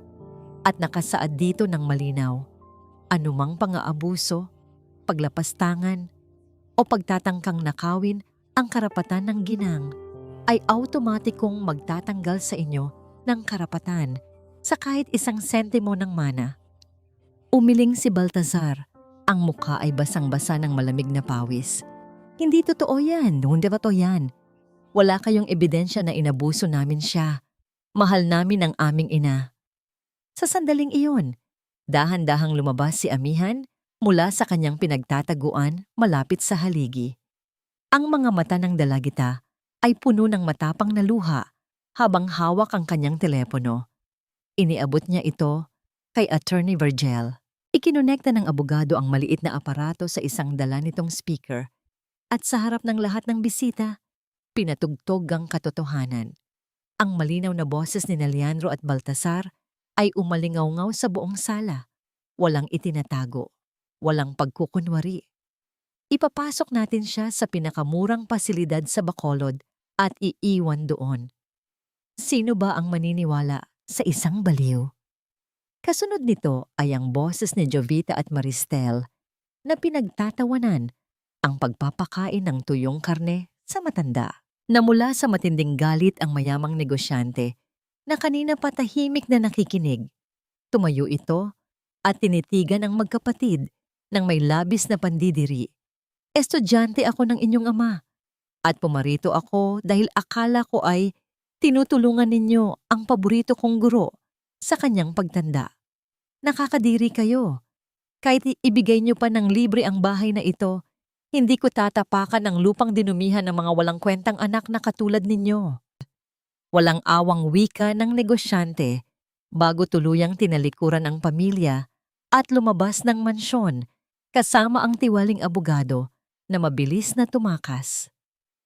Nang maiwan ang pamilya kasama ang batas, tuluyang bumigay ang mga tuhod ni Leandro at Baltasar. Bumagsak sila sa makintab na sahig, gumagapang patungo kay Lola Tasing. Nagsimula silang umiyak ng malakas, mga luhang puno ng takot dahil sa kawalan, hindi dahil sa pagsisisi. Mapatawarin niyo kami. Nagawa ko lang to dahil lubog na kami sa utang. Papatayin kami ng mga pinagkautangan namin kapag hindi namin naibenta ang bahay. Humahagulgol na pagmamakaawa ni Leandro. Pilit na inaabot ang laylayan ng dilaw na terno ng kanyang ina. Itinuro niya ang asawang si Maristel na ngayon ay nanginginig sa isang tabi. Si Maristel ang nag-udyok sa akin, ma. Siya ang may gusto ng marangyang buhay. Sila ni Jovita ang nagplano na lasunin ang isip niyo. Sumabog ang kaguluhan. Sumigaw si Maristel at sinampal ng malakas si Leandro. Isinusumpa ang asawa sa panlalaglag nito. Nagtalo ng matindi sina Baltasar at Jovita. Nagbabatuhan ng mga masasakit na salita, sinisisi ang isa't isa sa kanilang pagkabigo. Ang pamilyang nagpanggap na perpekto sa harap ng lipunan ay ngayon ay nagkakagatan na parang mga asong ulol na nag-aagawan sa isang pirasong buto. Sa gitna ng nakakabinging kaguluhan at pagmamakaawa, nanatiling nakatayo si Lola Tasing na tila isang matibay na rebulto na gawa sa bato at yelo. Dahan-dahan niyang inihakbang ang kanyang mga paa paatras, inilalayo ang kanyang sarili mula sa mga maruruming kamay ng kanyang mga anak. Walang galit sa kanyang mukha, kundi isang malalim at nakakawasak na kalungkutan. Tinitigan niya ng diretso sa mga mata si Leandro na ngayon ay nakaluhod sa kanyang paanan. Isang nag-iisang patak ng luha ang nakawala sa mata ng matanda at mabagal na gumuhit sa kanyang pisngi. Ngunit ang kanyang boses ay hindi nanginig. Ito ay matatag at pinal. Hindi ninyo nawala ang bahay na ito ngayon, Leandro. Wika ni Lola Tasing, ang bawat salita ay bumabaon sa kaluluwa ng kanyang mga anak. Nawala ninyo ito noong tumigil kayong ituring akong tao. Noong hinati ninyo ang pagmamahal na ibinigay ko ng buo, binuhay ko kayo gamit ang sarili kong dugo, pero pinili ninyong uminom mula sa laso ng inyong kasakiman. Tumayo ng tuwid ang matanda at tiningnan ang lahat ng mga buwitre sa loob ng kanyang bahay. Mayroon kayong 7 araw para lumaya sa pamamahay ko. Dalhin ninyo ang lahat ng inyong binili, ngunit huwag ninyong dadalhin ang kahit isang pirasong pako na pag-aari namin ni Severino. Pagkatapos ng 7 araw, ituturing ko na kayong mga estranghero sa sarili kong tahanan. Tumalikod si Lola Tasing. Inakay si Amihan pabalik sa itaas ng hagdanan. Iniiwan ang kanyang mga anak na nakalubog sa sarili nilang kahihiyan at kapahamakan. Sa buong sala, bukod sa mga paghikbi at paninisi ng 4 na sakim, tanging ang mabigat na pag-indayog ng pendulo mula sa lumang orasan ang sumusukat sa natitirang panahon. Bawat pag-usad nito ay tila maso na nagdedeklara ng pagsisimula ng 7 araw na magdadala sa kanila sa tunay na impyerno. Lumipas ang mga araw na tila mabibigat na bato na nakadagan sa dibdib ni Leandro at Baltasar. Ang balita tungkol sa pag-urong ng mayamang negosyante at ang pagkabunyag ng kanilang pekeng doktor ay kumalat nang mas mabilis pa sa apoy sa buong bayan ng Jaro. Nang malaman ng mga pinagkautangan na hindi na mabebenta ang mansyon at wala nang inaasahang pera ang magkapatid, mabilis na kumatok ang impyerno sa kanilang pintuan. Sa 2 araw ng kanilang taning, gumising ang buong kabahayan sa nakakabinging ingay ng mga lalaking nagwawala sa labas ng mataas na gate. Ang pamilyar na kulay ng lumang pader ay mantsado na ng malapot at pulang pintura na inihagis ng mga galit na sindikato. Ang amoy ng pintura ay humalo sa hangin, isang malinaw at nakakasukang babala ng kamatayan kung hindi nila mababayaran ang milyones nilang utang bago matapos ang linggo. Sa loob ng mansyon, habang nanginginig na sumisilip si Leandro mula sa likod ng mabibigat na kurtina, kalmadong nakaupo si Lola Tasing sa kanyang paboritong silyang yantok. Ang singaw ng mainit na chamomile tea ay dahan-dahang umaakyat sa hangin, kasabay ng malumanay niyang paglipat ng pahina ng isang lumang nobela tungkol sa pananampalataya. Rinig na rinig niya ang pagmamakaawa ng kanyang mga anak na tulungan sila, ngunit hindi siya lumingon. Ang kanyang katahimikan ay naging pinakamatalim na parusa, isang pader ng yelo na hindi matibag ng kanilang mga pekeng luha at paninisi. Natutunan na niyang ibaling ang kanyang awa sa mga taong mas nangangailangan, hindi sa mga taong sumubok nakawin ang kanyang kaluluwa. Hindi nakayanan ni Maristel ang matinding kahihiyan at ang banta sa kanilang buhay. Pagsapit ng 4 na araw, inimpake niya ang kanyang mga mamahaling damit, mga bag na binili mula sa inutang na pera at mga alahas sa malalaking maleta. Palihim siyang tumakas pabalik sa kanyang mga magulang. Ngunit pagdating niya sa kanilang tahanan, sinalubong siya ng nag-aapoy na galit ng kanyang sariling ina.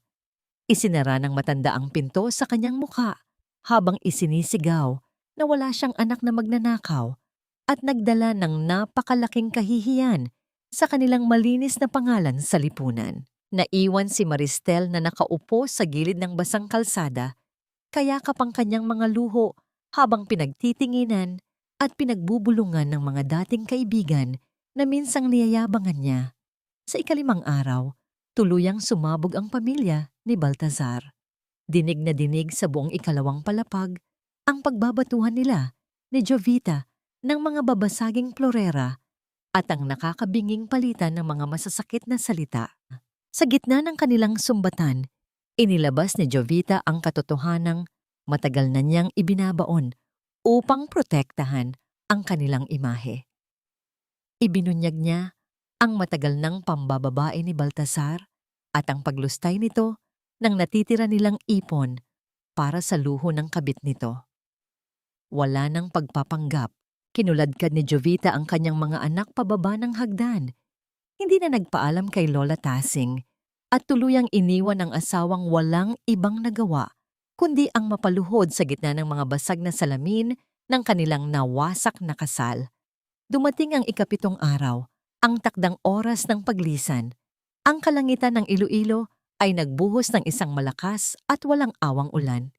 Tila sadyang hinuhugasan ang mga dumi na matagal nang kumapit sa mga haligi ng mansyon. Hila-hila ni Leandro at Baltasar ang kanilang mga maleta patungo sa pinto. Payat, nanginginig, at puno ng pagkatalo ang dalawang lalaki. Wala silang asawa, wala silang yaman, at higit sa lahat, wala na silang dangal na maipagmamalaki. Bago tuluyang lumabas, sinubukan ni Leandro na hilahin ang braso ni Amihan upang isama sa kanyang pag-alis. Iginigiit ang kanyang karapatan bilang ama. Ngunit mahigpit na yumakap ang 14 anyos na dalagita sa baywang ng kanyang lola. Umiling ang bata, ang mga mata ay puno ng matapang na desisyon na pinipili ang kaligtasan at tunay na pagmamahal ng matanda kaysa sa sirang kinabukasan na inialok ng kanyang ama. Binitawan ni Leandro ang kamay ng anak at napayuko sa labis na pagkatalo. Naglakad ang magkapatid palabas ng mataas na gate, sumusuong sa walang awang hagupit ng bagyo. Bago tuluyang lumihis sa kanto, lumingon si Leandro sa huling pagkakataon. Sa likod ng malaking bintanang salamin na pinalalabo ng ulan, nakita niya ang anino ng kanyang inang nakatayo at tahimik na nakamasid sa pag-alis nila. Inangat ng lalaki ang kanyang nanginginig na kamay upang sana'y magmakaawa muli. Umasang baka lulambot pa ang puso ng ina.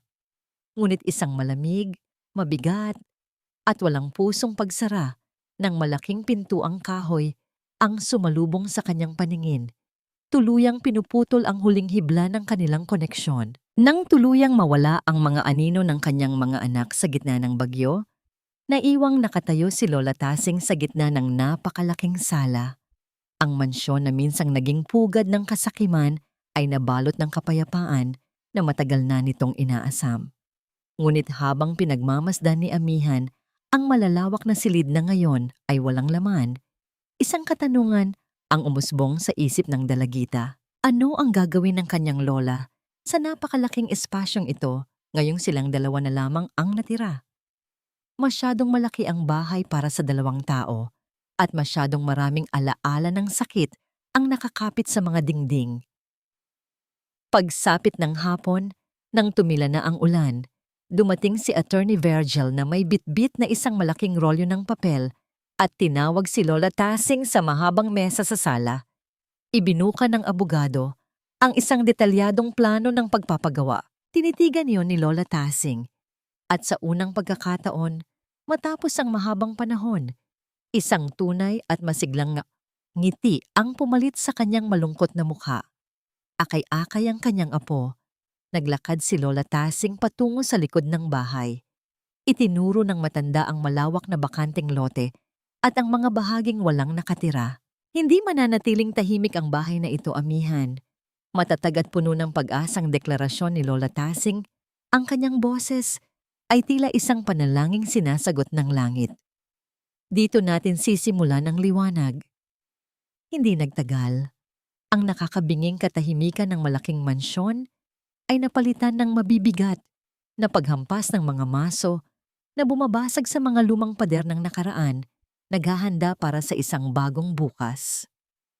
Lumipas ang 3 taon na tila isang malumanay na simoy ng hangin na nagpalaya sa mabigat at malagim na ulap na minsang bumalot sa mansyon ng mga Balderon. Ang dating tahimik, malamig, at puno ng kasakiman na bahay ay tuluyan ng napuno ng init, pag-asa at kulay. Pinalitan ng malalaking bintanang salamin ang mga madidilim na pader na nagkukulong ng kalungkutan. Sa bungad ng malapad na tarangkahang bakal, nakasabit ang isang matibay na arko na may nakaukit na mga salitang bahay ng liwanag. Hindi na ito isang mansyon ng pagmamataas. Naging santuwaryo ito ng mga kaluluwang iniwan ng mundo. Mga ulilang batang pinagkaitan ng yakap ng magulang at mga matatandang itinapon ng sarili nilang mga pamilya. Wala na ang nanginginig, nakayuko, at kaawa-awang Lola Tasing na nagtatago sa madilim na bodega sa ilalim ng hagdan. Sa halip, isang masigla, malakas, at kagalang-galang na babae ang makikitang naglalakad sa malawak na hardin tuwing umaga. Ang kanyang mapuputing buhok ay maayos na nakapusod, ang kanyang mga damit ay malinis at maaliwalas, at ang kanyang mga labi ay laging may nakaguhit ng ngiti ng isang taong nakatagpo ng tunay na kapayapaan. Kasama si Sister Celestina, pinamunuan niya ang pag-aalaga sa mahigit 20 matatanda at bata. Muling umalingaw-ngaw ang matamis na amoy ng pinipig, gata at muskovado sa paligid. Tinuturuan niya ang mga bata kung paano gumawa ng puto bumbong at iba pang kakanin. Hindi bilang mga utusan na katulad ng turing sa kanya noon ni na Maristel at Jovita, kundi bilang mga mahal na apo na ipinagmamalaki niya. Sa kanyang tabi ay laging nakabantay si Amihan. Ang 14 anyos na dalagita ay namulaklak bilang isang matalino, matapang at mapagmahal na dalaga. Siya ang naging kanang kamay ng kanyang lola, ang maingat na nag-aayos ng mga gamot ng mga matatanda at matiyagang nagbabasa ng mga kwento bago matulog ang mga bata. Natagpuan ng dalagita ang pamilyang hindi kailanman naibigay ng kanyang sariling mga magulang. Ngunit kahit gaano kaliwanag ang kanilang bagong mundo sa loob ng bakuran, paminsan-minsan ay umaabot sa pandinig ni Lola Tasing ang mga balita tungkol sa labas ng kanilang payapang paraiso. Mula sa mga voluntaryong dumadalaw sa bahay ampunan, nalaman niyang ang kanyang 2 anak ay tuluyan ng nilamon ng kahirapan na sila mismo ang humukay. Sina Leandro at Baltasar ay nakatira na lamang na ngayon sa isang masikip at tumutulong barong-barong sa gilid ng isang mabahong estero. Kumakayod sila bilang mga kargador sa palengke. Binubuhat ang mabibigat na sako ng bigas at gulay mula madaling araw hanggang sumikat ang araw, kapalit ng kakarampot na barya na sapat lamang para sa isang latang sardinas na paghahatian nilang dalawa. Wala nang mga mamahaling damit at sapatos. Wala na ang mga mapagmataas na asawang umubos sa kanilang yaman at nang iwan sa kanila noong wala na silang silbi. Nang marinig ito ni Lola Tasing, hindi nagbago ang kalmadong ekspresyon ng kanyang mukha. Walang tuwa sa paghihirap ng kanyang sariling dugo't laman, ngunit wala rin ang bulag na awa ng isang inang konsentidor na sasagip sa kanila sa bawat pagkakamali. Humigop lamang siya ng kanyang mainit na salabat at tumingin sa malayo. Napatunayan niyang ang tadhana ay may sariling paraan ng paniningil at ang batas ng karma ay walang sinasanto kahit sino ka pa. Isang hapon, habang nag-aayos ng mga nakatuping kumot sa kwarto ng mga matatanda, may naramdaman si Lola Tasing na marahang paghila sa laylayan ng kanyang palda. Paglingon niya, nakita niya si Lola Carmen, isang matandang babaeng dinala sa kanila matapos iwanan ng mga sariling anak sa labas ng isang pampublikong ospital dahil sa matinding lumbay at pag-ulyanin. Ang mga mata ni Lola Carmen ay malalabo at puno ng kalituhan. Ngunit nang tumitig ito kay Lola Tasing, nag-umapaw ito sa luha. "Mama." Nanginginig at umiiyak na tawag ng matanda. Iniaabot ang kanyang kulubot na kamay na waring nagmamakaawa. "Mama, nandito ka na ba?" Huwag mo na akong iwan sa kalsada, Mama. Natatakot ako sa dilim. Kumirot ang dibdib ni Lola Tasing. Ang taong nasa harap niya ay mas matanda pa sa kanya.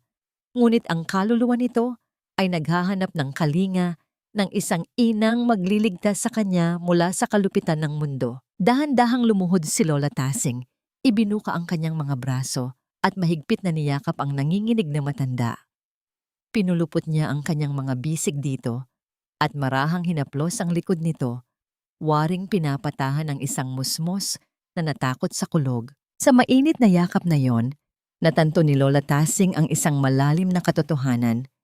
Ang pamilya ay hindi kailanman nasusukat sa iisang dugo na dumadaloy sa mga ugat, kundi sa pusong handang magpuno sa mga pagkukulang at umako sa mga sugat na iniwan ng iba. Ilang buwan pa ang lumipas at muling nagbanta ang kalikasan. Isang madilim, mabagsik at mapanirang bagyo ang humagupit sa buong probinsya ng Iloilo. Ang hangin ay humihiyaw ng nakakabingi, sumasagasa sa mga matatandang puno, habang ang ulan ay walang awang bumubuhos na tila ba tinatangay ang buong kalupaan. Sa loob ng bahay ng liwanag, mainit at ligtas ang lahat. Kasalukuyang pinapatulog ni Amihan ang mga bata sa ibaba nang bigla siyang mapatigil sa kanyang ginagawa. Sa gitna ng galit ng hangin at lakas ng pagbagsak ng ulan sa bubungan, umalingaw-ngaw ang isang desperadong kalampag mula sa malaking tarangkahang bakal sa labas. Sunod-sunod, mahina, kinakapos ng hininga, ngunit puno ng matinding pagmamakaawa. Kumuha ng makapal na kapote si Amihan at mabilis na tumakbo palabas.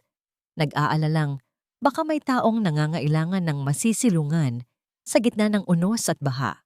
Nahihirapan siyang itulak ang mabigat na bakal dahil sa lakas ng hangin na sumasalungat sa kanyang mga braso. Nang tuluyan niyang mabuksan ang maliit na siwang ng gate, itinapat niya ang dalang gasera patungo sa dilim ng kalsada. Ngunit imbes na mag-alok ng tulong at magpapasok ng mga panauhin, biglang umatras si Amihan. Nanlaki ang kanyang mga mata, halos mabitawan niya ang ilawan, at napakapit siya ng mahigpit sa malamig na rehas. Ang kanyang buong katawan ay nanigas sa matinding kilabot at pagkabigla sa bumungad sa kanya mula at kaputikan. Mula sa madilim at basang kalsada, nangibabaw ang isang pamilyar at paos na ubo ng dalawang lalaking halos magkanda pa sa lupa. Tila naghihingalo at humihingi ng awa sa ilalim ng walang awang ulan. Nakatayo si Amihan sa likod ng malaking tarangkahang bakal, nanginginig ang mga kamay habang itinaas ang gasera upang tanglawan ang dilim.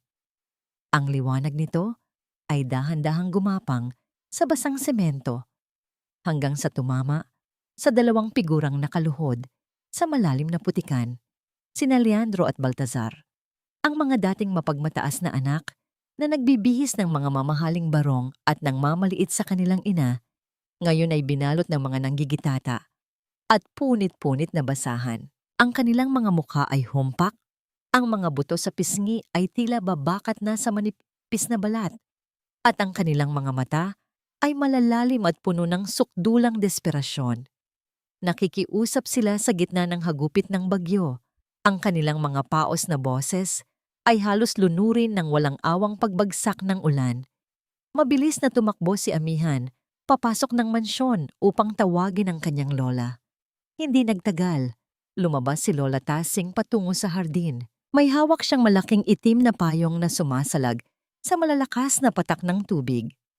Ang kanyang tindig ay matatag, ang kanyang hakbang ay kalmado, walang anumang bakas ng pag-aalinlangan. Tinitigan niya ang dalawang lalaking nagmamakaawa sa kanyang paanan. Hinihiwa ng kidlat ang dilim na naghihiwalay sa kanila. Sa kabilang panig ng rehas, umaasa ang magkapatid na bubuksan agad ng kanilang ina ang gate. Nayayakapin sila nito ng mahigpit at bubuhos ang mga luha ng walang hanggang pagpapatawad, gaya ng ginagawa ng mga ina sa mga lumang pelikula. Ngunit nanatiling nakasara ang malamig na bakal. Tiningnan sila ni Lola Tasing hindi gamit ang bulag na puso ng isang ina, kundi ang malinaw na paningin ng isang tagapamahala ng santuwaryo na nakakita na ng napakaraming panlilinlang sa mundo. Ma, parang awa niyo na. Umiiyak na pagsamo ni Leandro. Ang kanyang mga nanginginig na daliri ay nakakapit ng mahigpit sa rehas. Waring ito na lamang ang nagdudugtong sa kanya sa buhay. Wala na kaming mapuntahan. 3 araw na kaming walang kain. May sakit si Baltasar. Nilalagnat siya. Patawarin niyo kami, Ma. Gusto lang naming umuwi. Sa loob-loob ni Lola Tasing, tila may 1,000 karayom na tumutusok sa kanyang dibdib. Kahit anong pilit mga anak pa rin niya ang nakikita niyang naghihingalo sa lamig. Ngunit alam niyang ang madaling pagpapatawad ay magtuturo lamang sa kanila na ang kanilang mga kasalanan ay walang bigat. Isang malalim na buntong hininga ang pinakawalan ng matanda. Hinahayaan itong sumama sa ihip ng hangin.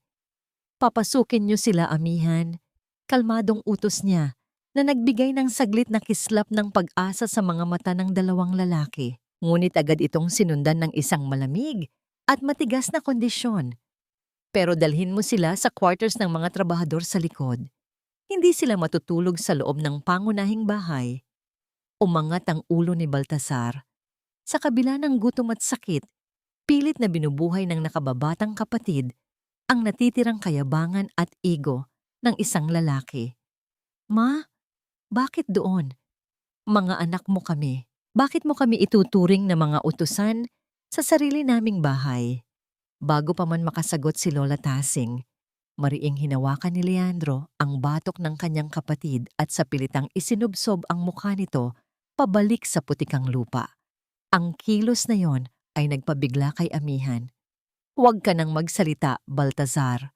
Umiiyak at nanginginig na bulong ni Leandro sa kapatid. Pilit na pinapatay ang anumang kayabangan na nagdala sa kanila sa impyerno. Dahan-dahang tumingala si Leandro sa kanyang ina.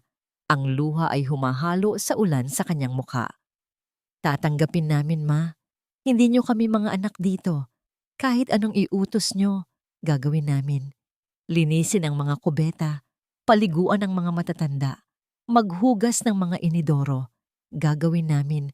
Bigyan niyo lang kami ng pagkakataong mabuhay. Tumango si Lola Tasing. Ang kanyang mukha ay nanatiling hindi mabasa. Inutusan niya si amihan na kumuha ng 2 mangkok ng mainit na lugaw mula sa kusina. Nang mabilis na dalhin ito ng dalagita, inihanda na sana nito ang mga kutsara upang ibigay ng direkta sa mga kamay ng kanyang ama at tiyuhin, tulad ng matiyagang ginagawa nito sa mga mahihinang matatanda sa pasilidad. Ngunit marahang hinawakan ni Lola Tasing ang braso ng kanyang apo upang pigilan ito. Ipatong mo yan sa lumang mesang kahoy sa gilid ng beranda. Utos ng matanda. Tinitigan ni Lola Tasing ang kanyang mga anak na nakadapa pa rin sa lupa. Kung gusto ninyong kumain, tumayo kayo at kunin ninyo iyan. Tapos na ang panahon na sinusubuan ko kayo habang nakaupo kayo sa inyong mga trono. Dahan-dahan, sa kabila ng nanginginig na tuhod at nanlalambot na mga kalamnan, pinilit ni Leandro at Baltasar na tumayo. Humakbang sila patungo sa mesa, inabot ang mga mangkok, at doon, sa ilalim ng malamig na hangin ng gabi, humigop sila ng mainit na sabaw habang nakatayo. Ito ang unang hakbang upang ibalik ang kanilang dignidad, ang matutong magsikap para sa sariling ikabubuhay. Lumipas ang gabi at tuluyang humupa ang galit ng bagyo. Ngunit sa isip ni Lola Tasing may isang mas malaking unos, ang patuloy na bumabagabag sa kanyang puso. Totoo kaya ang pagpapakumbaba ng kanyang mga anak? O ito ba ay isa lamang pansamantalang pag-arte upang makaligtas sa tiyak na kamatayan mula sa gutom? Kinaumagahan, bago pa man sumikat ng buo ang araw, maagang naglakad si Lola Tasing patungo sa pampublikong banyo ng mga matatanda sa pasilidad upang mag-inspeksyon. Inaasahan niyang makikitang tulog pa ang mga ito sa quarters ng mga voluntaryo. Ngunit, bago pa man siya makarating sa pinto ng banyo, natigilan siya. Narinig niya ang isang pamilyar at tuloy-tuloy na tunog mula sa loob. Dahan-dahan siyang sumilip sa nakasiwang na pinto. at halos tumigil ang kanyang paghinga sa eksenang bumungad sa kanyang mga mata. Ang pamilyar na tunog ng matigas na sipilyo na paulit-ulit na ikinukuskos sa basang baldosa, sinasabayan ng masangsang at nakakahilong amoy ng matapang na kemikal na panlinis. 6 na buwan ang mabilis na lumipas mula noong gabing bumayo ang bagyo ng pagsisisi sa tarangkahan ng bahay ng liwanag. Sa loob ng panahong yun, hindi naging madali ang buhay para kina Leandro at Baltasar. Ang kanilang mga kamay na sanay sa pagpirma ng mga tseke at paghawak ng mga mamahaling baso ng alak ay naging magaspang at puno ng kalyo. Araw-araw, sila ang nagkukuskos ng mga inidoro, nagpapalit ng mga lampin ng mga matatanda, at nagbubuhat ng mabibigat na sako ng bigas para sa kusina. Walang sweldo, walang utos, kundi ang simpleng karapatang makakain at matulog sa ilalim ng bubong na minsang tinangka nilang ibenta. Isang maaliwalas na umaga, habang naglalakad si Lola Tasing sa pasilyo, napatigil siya sa tapat ng kwarto ni Lolo Berting, ang pinakamasungit na matanda sa ampunan. Madalas itong manakit at magmura dahil sa sakit ng kanyang rayuma. Nakita ni Lola Tasing si Leandro na nakaupo sa tabi ng kama ng matanda. Pinunasan ni Leandro ang mukha ni Lolo Berting gamit ang maligamgam na tuwalya. Biglang hinampas ng matanda ang kamay ni Leandro at dinuraan ito sa mukha dahil sa inis. "Ang bagal mo kumilos.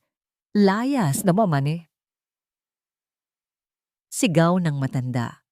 Inaasahan ni Lola Tasing na sisigaw pabalik si Leandro o di kaya'y iiwan ang matanda gaya ng ginawa nito sa kanya noon. Ngunit nanatiling tahimik si Leandro. Kinuha niya ang isa pang malinis na tuwalya at dahan-dahang pinunasan ang dura sa kanyang pisngi. Hindi gumuhit ang galit sa kanyang mukha, kundi isang mapait at malalim na pagkaunawa. Tinitigan niya ang matanda sa mata nang may pagpapakumbaba. "Pasensya na po, Tay." Mahinahong sagot ni Leandro. Ang boses ay basag ngunit tapat. "Alam ko pong masakit ang likod niyo. Dahan-dahanin ko na lang po ang paglilinis para guminhawa ang pakiramdam niyo." Sa likod ng pintuan, napahawak si Lola Tasing sa kanyang dibdib. Nakita niya kung paano yumuko ang kanyang panganay, hindi dahil sa takot o utos, kundi dahil sa tunay na pagmamalasakit. Sa mukha ni Lolo Berting, nakita ni Leandro ang imahe ng sarili niyang ina na minsan niyang tinalikuran. Sa bawat pagpunas niya sa dumi ng ibang tao, unti-unti niyang nililinis ang dumi ng sarili niyang kaluluwa. Sumapit ang 75 kaarawan ni Lola Tasing. Ang hardin ng bahay ng liwanag ay napuno ng tawanan, musika at makukulay na banderitas. Ang mga batang ulila ay kumanta ng masayang pagbati. Habang si Amihan, na ngayon ay isa ng ganap na dalaga, ay abala sa pag-aasikaso sa mga bisita kasama si Sister Celestina. Sa gitna ng kasiyahan, nakaupo si Lola Tasing sa kanyang paboritong silyang yantok. Suot ang isang simpleng bestida na kulay asul. Masaya ang paligid, ngunit ang kanyang mga mata ay lumilipad patungo sa pinakadulong bahagi ng hardin, malapit sa kusina ng mga trabahador. Doon, sa dilim ng anino ng mga puno, nakatayo sina Leandro at Baltasar. Hindi sila lumapit sa mahabang mesa ng mga bisita. Suot ang kanilang malilinis, ngunit kupas na puting t-shirt, na natili sila sa gilid, nakayuko at hindi makatingin ng diretso sa kanilang ina. Hiyang-hiya sila sa kanilang nakaraan. Alam nilang wala silang karapatang makihati sa ligaya ng babaeng muntik na nilang sirain. Pinanood na lamang nila mula sa malayo ang paghihip ng kanilang ina sa kandila ng cake. Kontento na sa pribilehiyong masaksihan na nabuhay at masaya ito. Nang matapos ang kainan, tumayo si Lola Tasing. Tumahimik ang lahat nang makita nilang naglakad ang matanda, hindi patungo sa entablado, kundi patungo sa madilim na sulok kung saan nagtatago ang kanyang 2 anak. May bitbit siyang isang maliit na plato. Sa ibabaw nito ay 2 piraso ng mainit at umuusok na puto-bumbong, ang mismong kakanin na tinapon nila sa basurahan noong araw na itinakwil nila ang kanilang ina. Huminto si Lola Tasing sa harap ni Leandro at Baltazar. Ang dalawang lalaki ay napaatras. Ang mga luha ay nagsimulang mamuo sa kanilang mga mata. Inaasahan nila ang sermon. Inaasahan nila ang muling pagpapalayas. Ngunit inabot ni Lola Tasing ang plato kay Leandro. Tinitigan niya ang mga mata ng kanyang panganay. At sa pagkakataong ito, wala ng pader, wala ng yelo. Kumain na kayo. Malumanay na utos ng ina. Alam kong pagod kayo sa trabaho maghapon. Masama ang matulog ng gutom. Walang salitang pinapatawad ko na kayo. Walang mahabang paliwanag. Ngunit sa simpleng pag-aalok ng pagkain, sa pagbabalik ng puto bumbong na simbolo ng kanilang pamilya, naramdaman ng magkapatid ang init ng pagmamahal na akala nila ay tuluyan ng namatay. Nanginginig ang mga kamay na kinuha ni Leandro at Baltazar ang tig-isang piraso ng kakanin. Sa unang kagat, sabay na bumagsak ang kanilang mga luha, humahalo sa tamis ng niyog at asukal. Lumuhod sila sa damuhan, niyakap ang mga tuhod ng kanilang ina, at humagulgol tulad ng mga batang naligaw at muling nakauwi. Hinaplos ni Lola Tasing ang kanilang mga ulo, ang kanyang mga daliri ay dumapos sa kanilang magagaspang na buhok na ngayon ay may halo na ring puti. Tumingala siya sa langit na puno ng bituin. Ang kanyang puso ay magaan at payapa. Sa huli, naunawaan ni Lola Tasing ang tunay na kahulugan ng tahanan. Ang bahay ng liwanag ay hindi itinayo ng semento o ng mga titulo ng lupa. Ito ay itinayo sa pundasyon ng pagkasira at muling pagbuo. Natutunan niyang ang pagpapatawad ay hindi ang paglimot sa sakit, kundi ang pagbibigay ng puwang sa mga nagkasala, na patunayan na sila ay tao pa rin. Ang ulan ay tumila na. Ang bagyo ay lumipas na. At sa loob ng bakuran ng Jaro, sa wakas, ang bawat ilaw na nakasindi ay hindi na nagtatago ng anumang anino.